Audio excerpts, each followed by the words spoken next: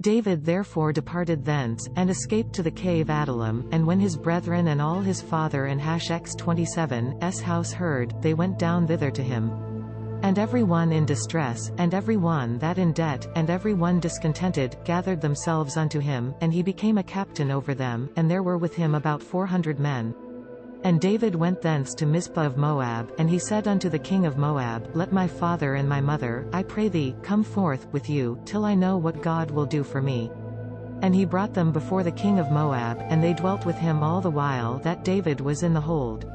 And the prophet Gad said unto David, Abide not in the hold, depart, and get thee into the land of Judah. Then David departed, and came into the forest of Hareth. When Saul heard that David was discovered, and the men that with him, now Saul abode in Gibeah under a tree in Ramah, having his spear in his hand, and all his servants standing about him winking face, then Saul said unto his servants that stood about him, Hear now, ye Benjamites, will the son of Jesse give every one of you fields and vineyards, make you all captains of thousands, and captains of hundreds, that all of you have conspired against me, and none that sheweth me that my son hath made a league with the son of Jesse, and none of you that is sorry for me, or sheweth unto me that my son hath stirred up my servant against me, to lie in wait, as at this day. Then answered Doeg the Edomite, which was set over the servants of Saul, and said, I saw the son of Jesse coming to Nob, to Ahimelech the son of Ahitub. And he enquired of the Lord for him, and gave him victuals, and gave him the sword of Goliath the Philistine. Then the king sent to call Ahimelech the priest, the son of Ahitub, and all his father and Hashex's 27's house, the priests that in Nob, and they came all of them to the king. And Saul said, Hear now, thou son of Ahitub. And he answered, Hear I, my lord.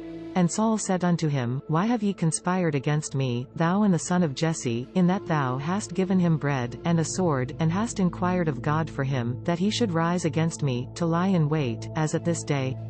Then Ahimelech answered the king, and said, And who faithful among all thy servants as David, which is the king and Hashex's 27's son-in-law, and goeth at thy bidding, and is honourable in thine house? Did I then begin to enquire of God for him? Be it far from me, let not the king impute thing unto his servant, to all the house of my father, for thy servant knew nothing of all this, less or more. And the king said, Thou shalt surely die, Ahimelech, thou, and all thy father and Hashex's 27's house.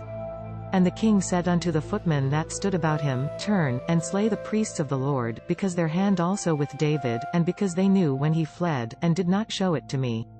But the servants of the king would not put forth their hand to fall upon the priests of the Lord, and the king said to Doeg, Turn thou, and fall upon the priests. And Doeg the Edomite turned, and he fell upon the priests, and slew on that day 85 persons that did wear a linen ephod.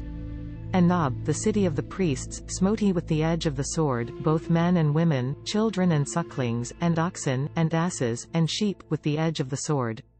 And one of the sons of Ahimelech the son of Ahitub, named Abiathar, escaped, and fled after David. And Abiathar showed David that Saul had slain the Lord and Hashex's 27's priests. And David said unto Abiathar, I knew that day, when Doeg the Edomite there, that he would surely tell Saul, I have occasioned of all the persons of thy father and Hashex's 27's house.